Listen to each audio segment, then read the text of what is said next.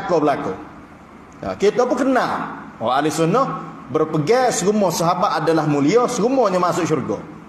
Kita pegang tu. Beres. Syiah kata sahabat kafir, kita tolak. Beres akidah kita. Lesah. Ada ke tak tiba-tiba satu hari kawan nak jadi Syiah berasa hari ni? Tak ada. Bila kita kena akidah tu salah, kita tolak. Ya orang jadi Syiah dia tak kena akidah ahli sunnah hak betul. Dia kena Syiah tu. Tu dia jadi Syiah tu.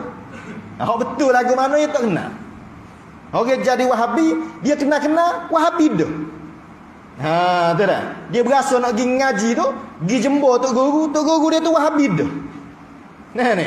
Tu dia pun pakai pergi Wahabi tu lalu dah. Orang duk ngatik lama kini, ngatik tak betul, pala tak sapa, bid'ah. Orang duk baca talqin kubur tak boleh, tak betul, tak ada dalam hadis.